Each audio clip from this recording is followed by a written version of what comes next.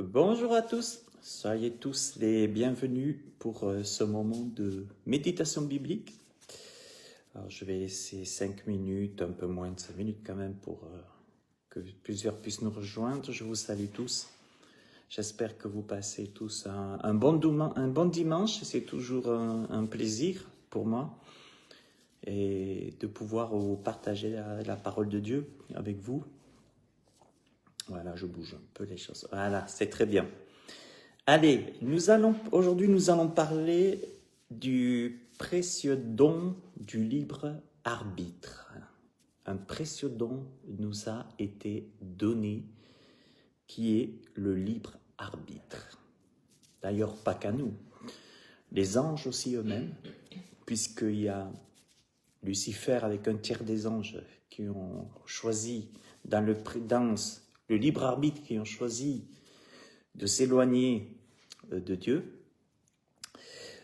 Alors, c'est ça qui est beau, c'est que Dieu a créé l'homme avec un libre arbitre. Pourquoi? Pour lui permettre d'accomplir sa volonté.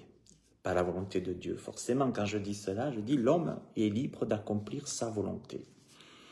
C'est Dieu qui dira à Moïse, j'ai mis devant toi la vie et la mort, la bénédiction et la malédiction, choisis la vie. Mais tu as un choix.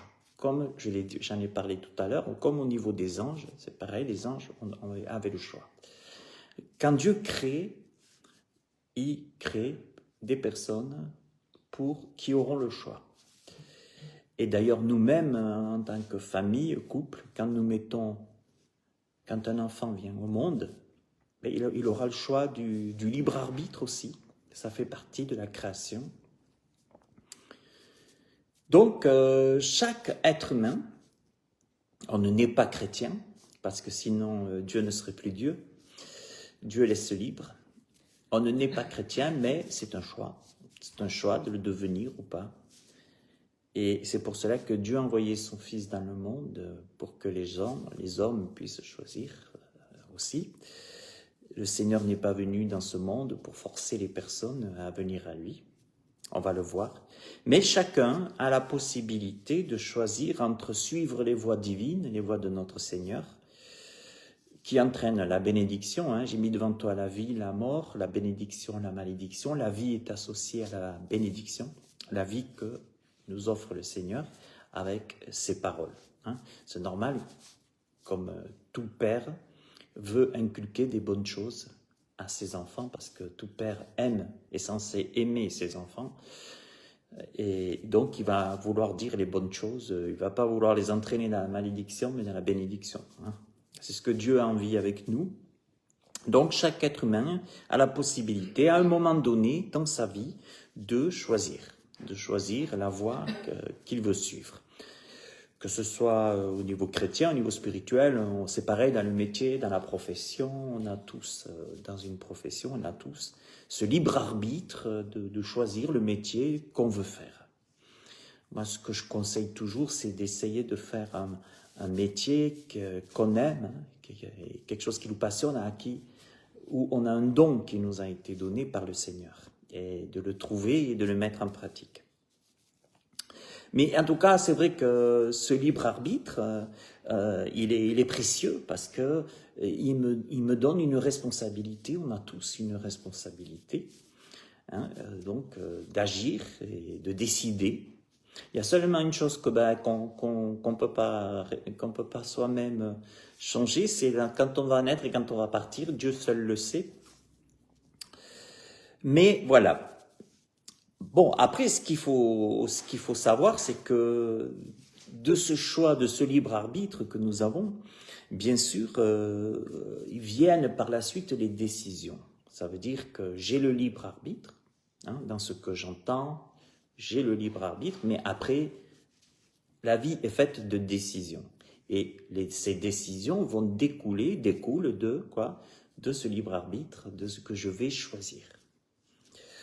Donc, de ces décisions vont aussi amener des conséquences, ce qui est tout à fait normal.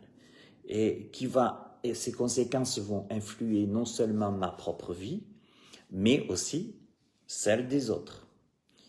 Si je suis seul, d'accord. Si on est plusieurs, on est plusieurs. Et automatiquement, chaque décision, eh ben, il y aura des conséquences de bien ou pas bien. Hein, des conséquences bonnes ou pas bonnes. Mais ce qui est dans ce don précieux du libre arbitre, il faut savoir que nous avons le libre arbitre, mais nous devons être responsables. Parce que c'est bien gentil cette pensée, notamment gauchiste, qu'il est interdit d'interdire, je fais ce que je veux, comme je veux, quand je veux. C'est quand même un peu égoïste des fois, parce qu'on ne pense pas souvent aux autres. Hein, et il faut savoir que c'est pour cela que la Bible nous invite justement à nous asseoir avant de prendre des décisions. Hein. Jésus a dit, si quelqu'un veut bâtir une tour, ben, qui s'assoit et qui calcule la dépense. D'accord? Donc c'est pour ça qu'avant de parler, avant de prendre des décisions, il est préférable de tourner la langue plusieurs fois dans la bouche. Voilà, ma décision va aussi affecter d'autres personnes. D'accord? Comme les décisions d'autres personnes dans le libre arbitre peuvent m'affecter aussi. Et il est dit, dans Galates, c'est l'apôtre Paul qui dira, Galates 6, 7, ne vous y trompez pas, on ne se moque pas de Dieu, ce qu'un homme aura semé, il le moissonnera aussi. Voilà. Donc, même si nous avons ce libre arbitre, qui est un précieux don, je le redis, ce qui sera semé dans nos décisions, ben, sera aussi récolté. Hein.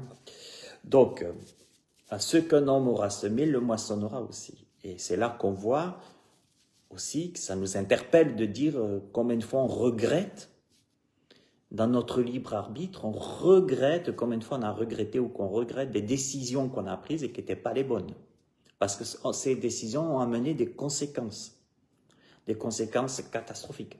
Autant on a pris des bonnes décisions et on a pu bénir des gens autour de nous, autant on a écouté la voix du malin, on a écouté des voix qui n'étaient pas très celles de Dieu en tout cas, et on a réfléchi, on a pris des décisions qui n'étaient pas justes, et il y a les conséquences qui en viennent. Donc ça, c'est une loi biblique incontournable de ce qu'un homme aura semé, ben, il va le récolter aussi.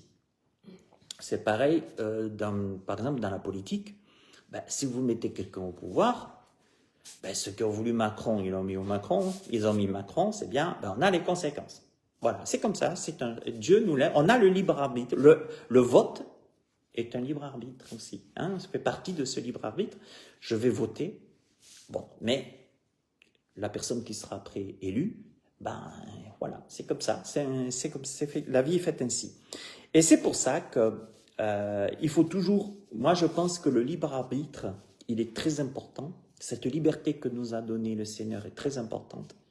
Ça prouve que Dieu nous aime, qu'on n'est pas des robots, parce qu'au jour d'aujourd'hui, ben, on se tourne de plus en plus vers les robots, hein, tout ce qui est réglé d'avance. Hein. Mais je pense que dans cette liberté et ce libre arbitre, je pense quand même qu'il nous faut réfléchir. C'est pas parce que nous sommes libres que nous devons faire n'importe quoi, dire n'importe quoi et accepter tout. Nous le verrons. Tout accepter. C'est pourquoi Salomon, dans 1 Roi chapitre 3 verset 9, Salomon dira « Accorde donc à ton serviteur un cœur intelligent » voilà ce que nous pouvons demander à Dieu, un cœur intelligent, pour juger ton peuple, pour discerner le bien du mal.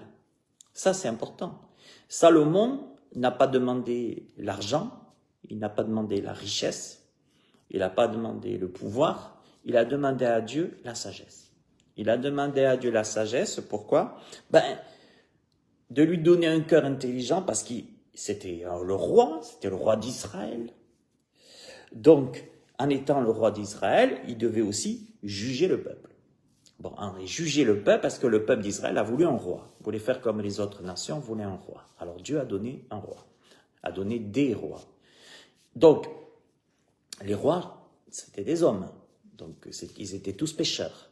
Mais voilà que Salomon a fait une belle prière en disant, moi je ne demande pas d'être en haut pour profiter de tous les avantages d'argent, que les gens se prosternent vers moi, etc., etc. Je demande, Seigneur, s'il te plaît, donne-moi un cœur, juste un cœur intelligent pour juger et pour discerner le bien du mal. Parce que même si j'aurai le libre arbitre dans mes décisions, je dois quand même avoir un cœur intelligent pour discerner. Et d'ailleurs, ça me fait penser dans le récit du roi Salomon, il y a une femme, il y a deux femmes qui viennent en disant que ça c'est mon bébé, c'est le mien. Non, non, c'est pas vrai, elle me l'a volé, c'est le mien. Puis lui, il a eu une parole de sagesse que Dieu lui a donnée. Au moment où il a dit, bon, ben alors, je vais le faire partir, hein, on va le couper en deux. Et puis, à un moment donné, non, non, non. Et là, il a pu savoir, ça a pu se régler. Voilà, entre autres, un cœur intelligent. Hein, voilà. Et donc, mais Salomon savait aussi que si l'homme a le libre arbitre, dans la grâce de Dieu, ce qu'il va semer, ben, il va aussi le récolter. D'accord? Donc c'est pour ça on peut demander au Seigneur, comme Salomon, donne-moi un cœur intelligent pour juger et pour discerner le bien du mal. Car qui pourrait juger ton peuple, ce peuple si nombreux? Nous avons dans notre vie de nombreuses décisions à prendre. Chaque jour, pratiquement, il y a des décisions. Hein. Donc, ce qui est important, c'est de dire au Seigneur, mais Seigneur, tu m'as donné le libre arbitre, tu me laisses libre, mais accorde-moi un cœur sage, hein, un cœur qui saura vraiment aimer et qui sera intelligent pour bien choisir. Alors, pour continuer, donc, nous voyons que nos choix, nous le savons, nos choix orientent de manière déterminante le cours de notre existence aussi. Quand un bébé est né, ses parents l'éduquent. Il ne peut pas tout seul, un bébé est né, il ne peut pas tout seul choisir. Ses parents vont choisir pour le bébé, c'est normal, de grandir avec le lieu, la nourriture, plusieurs choses, d'accord? Et puis, cet enfant, il va grandir, ce bébé, il va devenir un enfant. Et voilà qu'à un moment donné, comme je l'ai dit tout à l'heure, il y a ce libre arbitre. Lui aussi, il aura son libre arbitre. Lui, il va entendre des choses à la maison, il va voir des choses à la maison, mais il viendra un jour où il y a l'école. Donc, vient l'école, hein, comme tout, vient les copains, vient les copines. Il verra la télé, il va voir les guerres, il va voir tous les malheurs qu'il y aura aussi dans ce monde, parce qu'en général, dans les médias, on parle rarement des bonnes choses, donc parce que ça fait pas assez vendre. Donc, voilà. Alors, il va voir tout ça. Il va entendre des choses, il va voir des choses, mais il aura son libre arbitre. Et c'est pour ça que Dieu encourage, instruit l'enfant quand il sera jeune, hein, donc instruit l'enfant, et quand il sera plus âgé, il ne s'en détournera pas. C'est pour ça que l'instruction pour les chrétiens, l'instruction biblique, hein, l'instruction chrétienne est très importante, parce qu'il va entendre quoi? Il va entendre qu'Israël est un méchant, il va entendre des choses, et s'il n'y a pas la parole de Dieu, s'il n'y a pas la Bible, savoir ce que Dieu en pense, ça risque d'être catastrophique dans ces décisions qu'il va prendre, en fait. Hein. Et c'est pour ça que ce qui est important, vraiment, c'est que de se rendre compte que les choix de nos enfants, hein, tous les choix, les choix seront déterminants, parce que chaque choix amène une conduite derrière, hein, amène quelque chose. Donc c'est pour ça qu'à un moment donné, si Dieu a dit à chacun de nous, j'ai mis devant toi la vie, la mort, la bénédiction, la malédiction, choisis, mais c'est pour tout le monde. D'accord? Donc, alors bien sûr, aujourd'hui, les enfants, si je vous donne un exemple, si les enfants vont à l'école, parce qu'aujourd'hui, il y a beaucoup d'enseignants qui font notamment gauchistes, qui font de la politique. Donc, qu'est-ce qu'ils font? Ils vont imaginer nos enfants, qui sont, je pense surtout parmi le peuple palestinien et autres, même les pays arabes. Les enfants, ils vont à l'école de bonne heure, ils entendent quoi? Israël, faut les tuer, les juifs, faut les tuer, les juifs, c'est ci, les juifs, c'est ça. Bon, qu'est-ce qui se passe? Automatiquement, le gamin, il comprend rien, mais c'est pas grave, les juifs, alors on va les tuer, les juifs, c'est des méchants, attention. Et voilà. Donc, on voit que dans le libre arbitre, tout ce qu'on entend, tout ce qui se passe, il y aura des décisions, ça va changer notre comportement à un moment donné. Et c'est pour ça que Dieu il nous encourage vraiment à dire, attention, vous avez un libre arbitre, mais vous avez devant vous la vie, vous avez devant vous la mort, vous avez devant vous la bénédiction, vous avez devant vous la malédiction. Si un aveugle se met derrière un autre aveugle, les deux vont tomber dans la fosse. Attention, heureux celui qui ne reste pas assis sur le banc des moqueurs, des méchants. Attention, il y a des risques. On parle aujourd'hui de la prévention de la drogue, on parle aujourd'hui de la prévention de l'alcool, de la pornographie, toutes sortes de choses. Attention, tout est là. Donc c'est pour ça que c'est important. On a le libre arbitre. J'ai le libre arbitre d'allumer ma télé, j'ai le libre arbitre d'allumer mon téléphone, j'ai le libre arbitre de faire tout ce que je veux, mais chaque choix aura ses conséquences. Voilà. Et puis le problème, c'est qu'on est pécheurs. Nous sommes pécheurs. Tant mieux si quelqu'un arrive à dire, ben moi j'ai toujours fait le bon choix, tant mieux. Voilà, mais je crois qu'on a tous écouté Satan à un moment donné, et Satan continue d'ailleurs il vient, c'est le père du mensonge, il vient pour que nous prenions les mauvaises décisions, et parce que elles vont engendrer des choix catastrophiques. Alors pour le diable, c'est de bons choix, mais pas forcément. Hein. Dieu, il dit, voilà, moi j'ai mis devant toi, tu as ces choses, fais attention, fais vraiment attention. Et c'est pour ça que nous devons demander à Dieu comme Salomon, donne-nous un cœur intelligent pour qu'on puisse faire les bons choix. Non, pas besoin. Qu'on puisse arriver à faire les bons choix. Mais quoi qu'il arrivera dans notre vie, quoi qu'il arrive, nous devons faire des choix. Et ça, c'est inévitable. Alors, et puis, ce qui est impressionnant, c'est que tous nos choix, qu'ils soient bons ou mauvais, ben, ces choix nous façonnent. Si j'ai choisi quelque chose, ça va me façonner. Et c'est là que aussi, ce qu'on dit en psychologie, ce que j'entends, si je le crois, je le deviens. C'est un principe. C'est pour ça que le choix est très important, parce qu'il va il va me façonner après. Si je choisis de manger du poison, ben, je vais mourir. Ben, c'est mon choix. Si je veux manger du poison, je peux manger du poison. Hein? Voilà. Si je veux choisir de me bourrer la gueule, ben je peux me bourrer la gueule. Pour être à la page aujourd'hui, je peux aller me bourrer la gueule avec d'autres.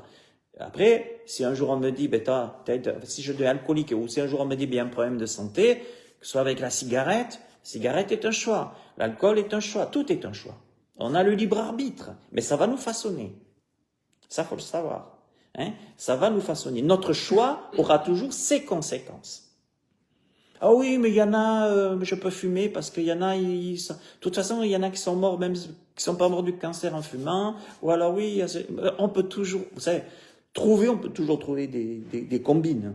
Mais quand à un moment donné, les choix engendrent les conséquences, quand nous sommes dans les conséquences, c'est trop tard. Dans la plupart du cas, en tout cas, des cas, c'est trop tard. Donc, il faut savoir. C'est pour ça que dans la vie, c'est bien, on a ce précieux don du libre arbitre. Mais attention, parce que, vous savez, c'est comme les assurances. Aujourd'hui, il faut tout faire vite. Il faut vite signer. Il faut vite saisir l'offre. Il faut vite saisir le solde. En ce moment, il y a les soldes. Il faut tout faire vite aujourd'hui. Il faut vite signer. Mais je crois que ça peut être très dangereux, ces choses. Parce que le choix, si je signe, je choisis. Il y aura les conséquences. Et en général, c'est tout petit en bas. C'est les choses qu'on... Hein. Et ce qui est impressionnant, c'est que nous allons le voir, c'est que au Jardin d'Éden, c'est exactement ce qui s'est passé. Dieu crée l'homme et la femme, comme les anges, je l'ai dit, avec des choix. On voit que Satan a déjà chuté, donc on le voit au Jardin d'Éden dans le serpent. Et ce qui est impressionnant, ce qui est beau en même temps, c'est qu'on voit qu'ils avaient le choix. Dieu leur a tout donné. C'était, voilà, maintenant, écoutez ce que je vais vous dire, je vous donne tout, tout est là, voilà ma création, vous êtes là. Maintenant, ça, j'ai mis devant vous la vie, la mort, la bénédiction, la malédiction. Bon, là vous pouvez goûter, là vous pouvez manger, là ne goûtez pas, ne mangez pas, sinon vous mourrez.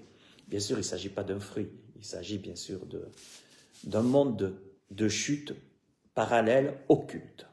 Ça, c'est une autre étude d'interdiction. Voilà. Alors, le serpent, lui, il est là, et qu'est-ce qu'il sait, le serpent? Ben, le serpent, qu'est-ce qu'il a pour but? Ben, il se dit, ben, moi, j'ai chuté, Et j'ai pas envie de chuter tout seul. Je suis déjà, bon, il y a le tiers des anges, mais moi, le but, c'est que je voudrais aussi en entraîner d'autres avec moi. Hein? C'est pas pour rien, le serpent. Alors, qu'est-ce qu'il va faire? Ben, il a entendu, il le sait que Dieu laisse libre. Il a vécu lui-même. Et qu'est-ce qu'il voit? Il voit Adam et Ève, et puis Adam et Ève, ils ont des choix. Et Dieu a dit, et voilà. Et qu'est-ce qui va se passer? Ben, Satan, il va arriver gentiment vers chacun, vers Adam et Ève, vers Ève, là. Et puis, Dieu a-t-il réellement dit? Il va commencer à faire douter. Voilà, douter. C'est pour ça que si on ne connaît pas la parole. Alors ça, je vais y venir, c'est tout à l'heure. En effet, c'est bien que tu le soulignes. Et Adam et Ève, Ève, elle est là, et puis commence un peu à douter, elle commence à se dire, mais quand même, mais bon, mais elle était libre, elle a le libre arbitre d'écouter, mais elle va devenir ce qu'elle va croire, ce qu'elle va choisir, elle va le vivre après. Et voilà que, vous connaissez l'histoire comme moi, elle a choisi d'entendre la voix du serpent, elle est allée voir Adam, lui il a fait de même, il y a eu les conséquences de leur choix. Alors après on peut se rebeller contre Dieu. Seigneur, pourquoi si tu étais vivant, pourquoi il m'arrive ça, pourquoi il m'arrive ça? Et Dieu répond, tu as choisi, tu as fait un choix, moi je te donne ma parole, je te donne mes commandements, je te donne ma parole, je te dis les choses. Hein? Vous savez, on a le livre de vie, hein? On a le livre qui est la Bible, hein? C'est aussi comme un livre de conduite. Tu as choisi, moi je suis saint, mais tu auras les conséquences. Donc c'est pour ça que chaque fois qu'on pêche, on peut mettre la faute sur Pierre, Paul, Jacques, Jean, même sur le serpent. En fin de compte, c'est pas moi, l'homme, c'est pas moi, c'est la femme, c'est pas moi, c'est le serpent. Bon, le serpent, il ne peut plus rien dire. Parce que, voilà. Mais en fait, on peut mettre la faute. Mais si tu as choisi, tu as choisi. Vous savez, quand on va aller devant Dieu, quand on sera devant Dieu, on a le libre arbitre. On peut décider ce qu'on veut, on peut faire ce qu'on veut. Tout. Tout m'est permis, dira Paul, mais tout m'est pas utile. Mais je peux tout faire. Tout. Je peux tout choisir. Mais je peux quand même pas dire à Dieu, c'est pas ma faute, si j'ai choisi. Ah oui, mais c'était plus fort, c'est parce que j'avais un démon. Non, attendez. C'est pareil, c'est pas moi, c'est l'autre. Ou c'est pas moi, c'est Satan. Non.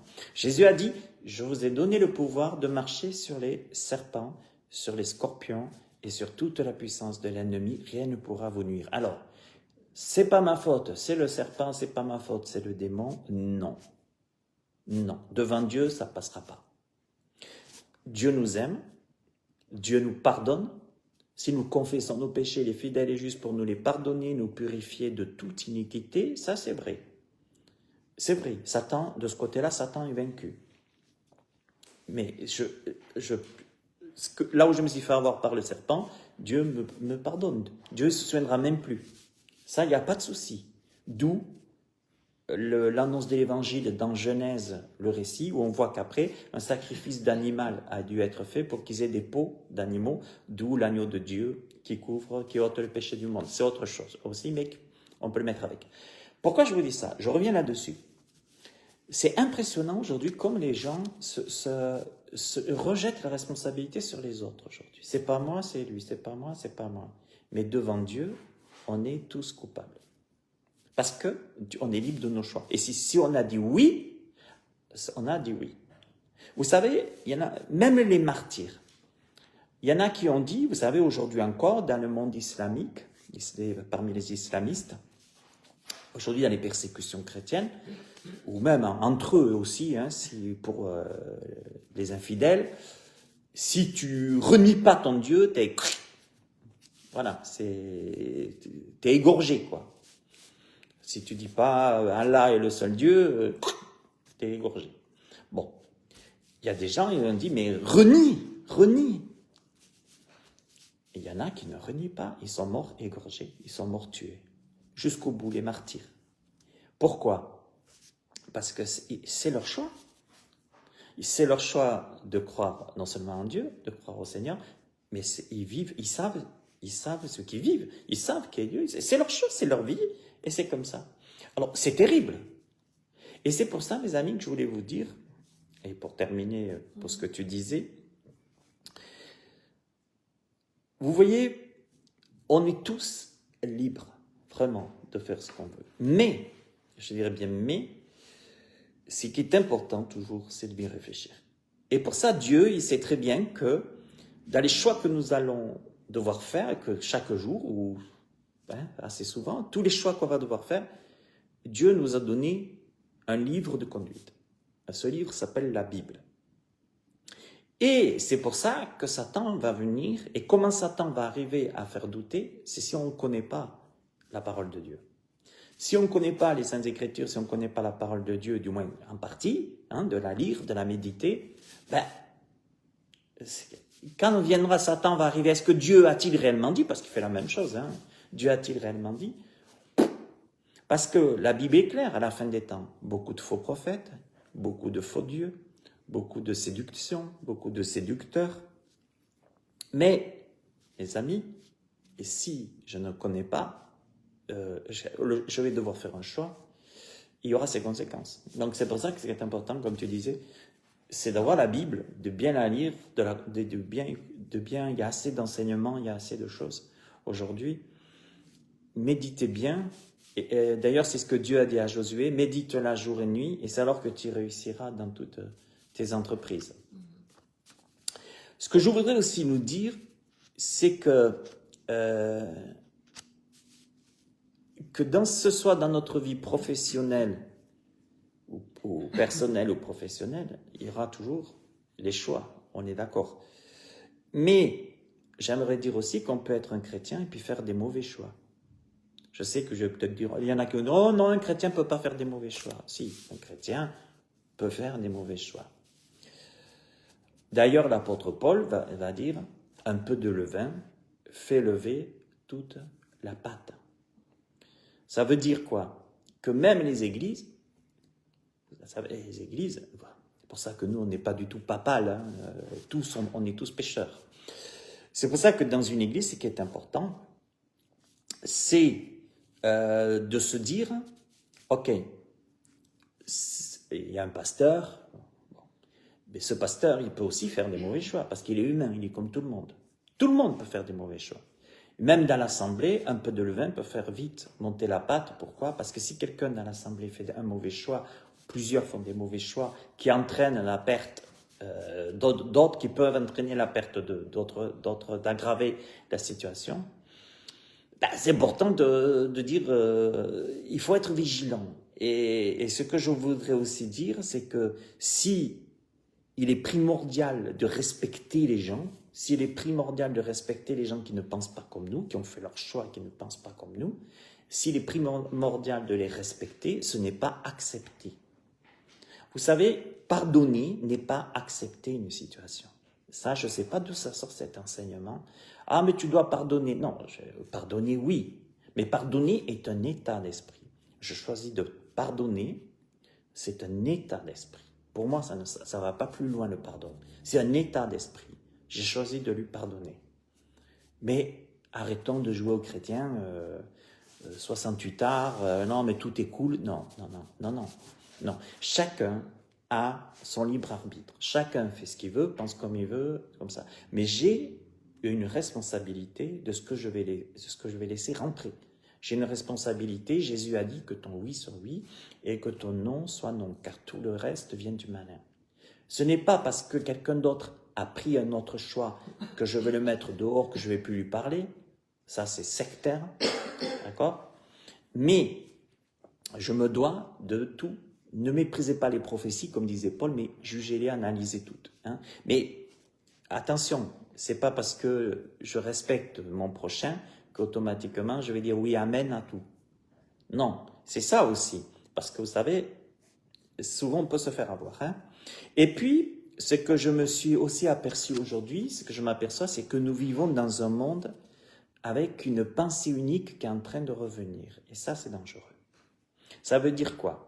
Ça veut dire que, vous savez, depuis la création, il y a eu différents empires se sont succédés. Et chaque fois, c'est la tour de Babel. Ça veut dire c'est tout ce qui est pyramidal, hein, c'est ça, c'est pyramidal avec l'œil en haut. Bon. Il y a une pensée unique, d'accord? Et là, en ce moment, la Bible dit que nous avançons là nous sommes proches du gouvernement d'ordre mondial, du nouvel ordre mondial. Il est très avancé, très avancé. Et lorsqu'il y a quelqu'un qui n'est pas d'accord avec ça, il se fait tout de suite taxer de fou, de sectaire et tout. Regardez l'histoire de Trump. Trump arrive au pouvoir, lui, il s'en fout. Lui, il dit, moi, je crois aux nations, moi, je traite avec les nations. Moi, le pyramidal, la pensée unique, ça ne m'intéresse pas. Et c'est vrai que, et alors là, après, bien sûr, oh, quelle horreur. Même si après, il n'y a pas de guerre, il n'y a plus de guerre, il n'y a plus rien, ça va être un monstre. Pourtant, il n'y aura plus de guerre, il n'y aura plus rien avec lui, Mais ce sera un monstre, parce que c'est Trump. La pensée unique, c'est quoi? La pensée unique enlève ton libre choix, enlève ton libre arbitre. Parce que la pensée unique, si toi, tu as un libre arbitre, si tu ne penses pas comme dans la pensée unique, ça veut dire que tu es un fou. Voilà, tu es un fou. Et tu es classé de fou.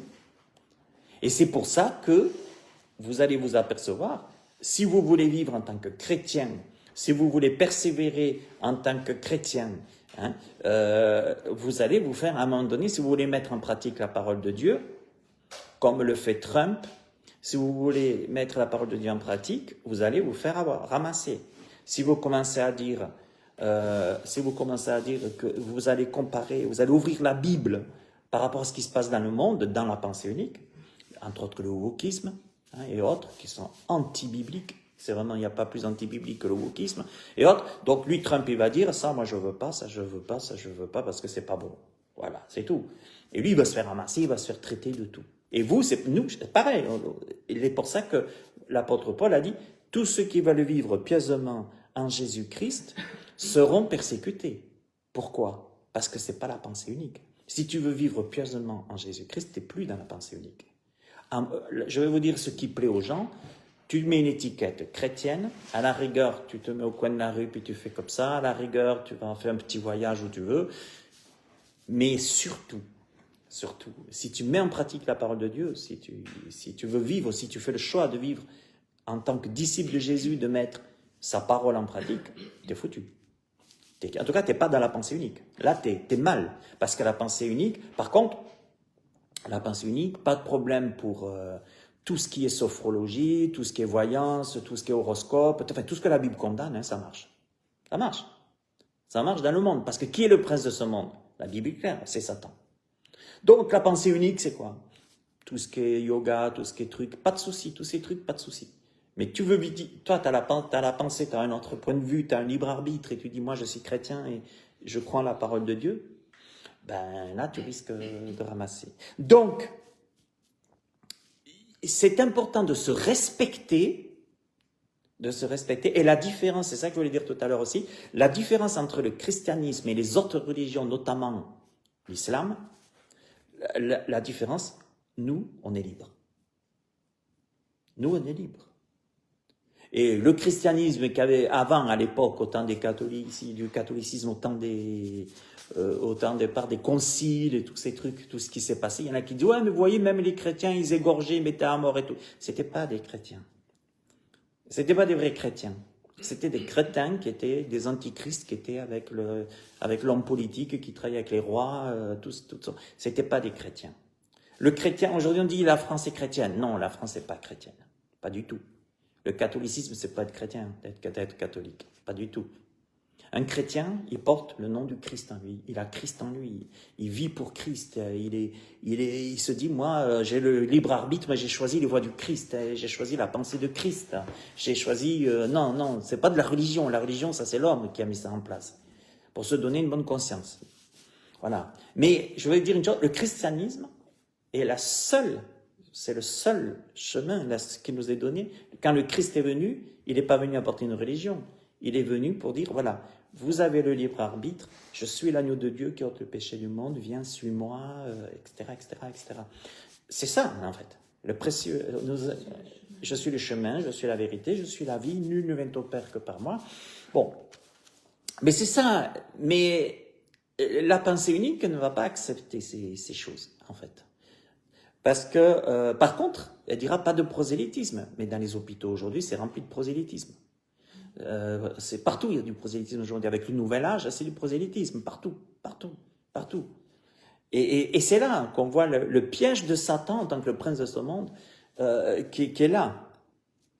Et ce que j'aimerais dire, c'est que moi, j'aimerais terminer en vous disant, faites très attention dans ce monde à, comment dire, faites très attention aux séducteurs dans ce monde, à ceux qui se présentent à vous comme des agneaux alors que ce sont des loups derrière. C'est pour ça que vous avez ce précieux don du libre arbitre, vous et moi, mais on se doit, l'homme spirituel juge de tout.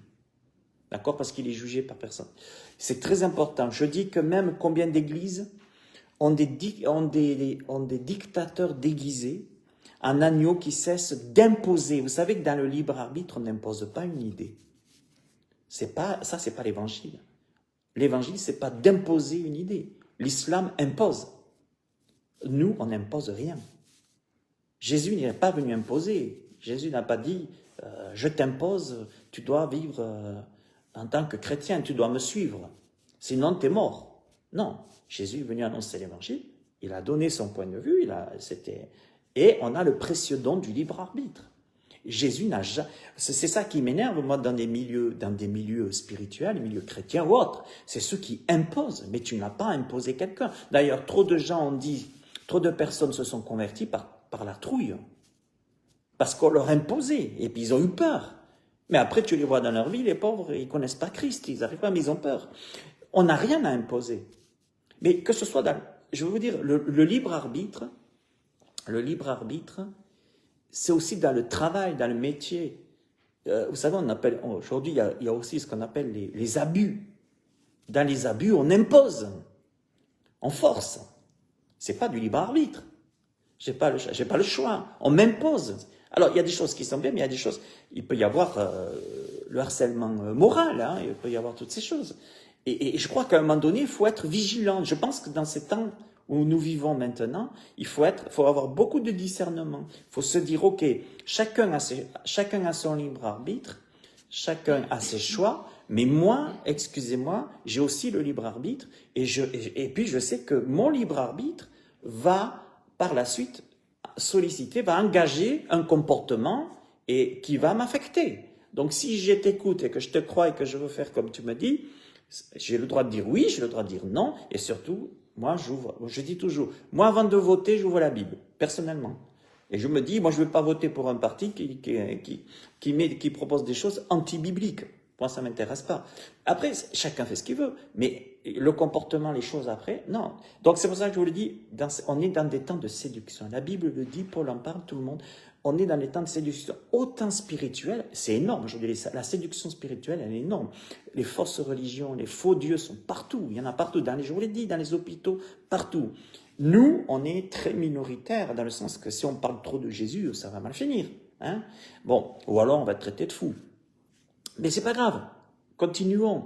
Mais gardons notre libre arbitre de dire oui, de dire non. Mais on a aussi cette responsabilité de tout ce qu'on voit, de tout ce qu'on entend, de garder le libre arbitre et de dire oui ou de dire non. Je sais que des fois ça fait mal. Ça peut faire péter des couples. Ça peut faire péter des familles. Ça peut faire plein de choses. Je ne peux pas. Moi, en tout cas, j'ai mon libre arbitre. Même dans un mariage, on est une seule chair, mais je me dois d'avoir un libre arbitre. Parce que c'est de ma personne qu'il en va aussi, même si on est un.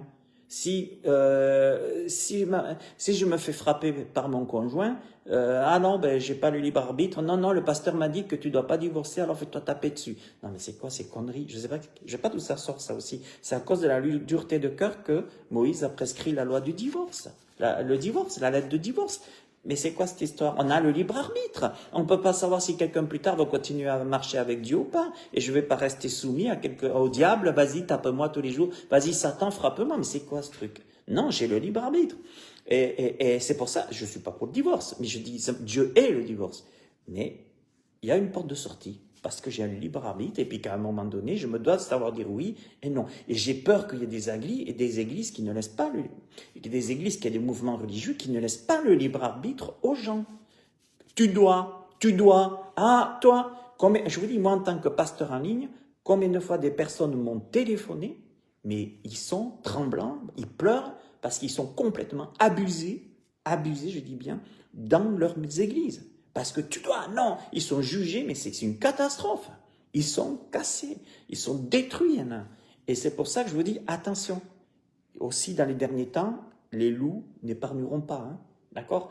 Donc, le troupeau.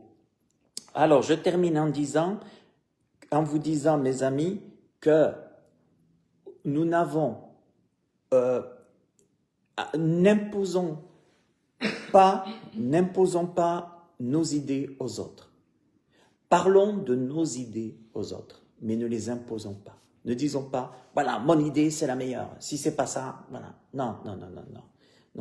N'imposons pas. On dit, voilà, l'évangile c'est quoi? L'évangile c'est, nous, on croit que Dieu a tant aimé le monde qu'il a donné son Fils unique afin que quiconque croit en lui ne périsse pas mais qu'il ait la vie éternelle. C'est ce qu'on croit. Nous croyons que la parole de Dieu est notre autorité et notre épée à double tranchant. Nous croyons que c'est elle qui nous conduit à parole, c'est elle qui est une lampe à nos pieds, une lumière sur notre sentier. Nous le croyons, mais c'est notre point de vue. Je n'impose à personne. Si quelqu'un me dit, moi je n'ai rien à foutre de ta parole, de Dieu, eh bien, il ne prend pas la parole de Dieu, ce n'est pas mon problème. Mais moi, je suis là pour évangéliser, mais pas pour lui imposer. Parce que là, on n'est plus dans l'évangile. Ce n'est plus le message de l'évangile. Et toute personne qui impose abuse. Combien il y a d'abus physiques, psychiques, spirituels? On n'a pas imposé. On n'a rien imposé à personne.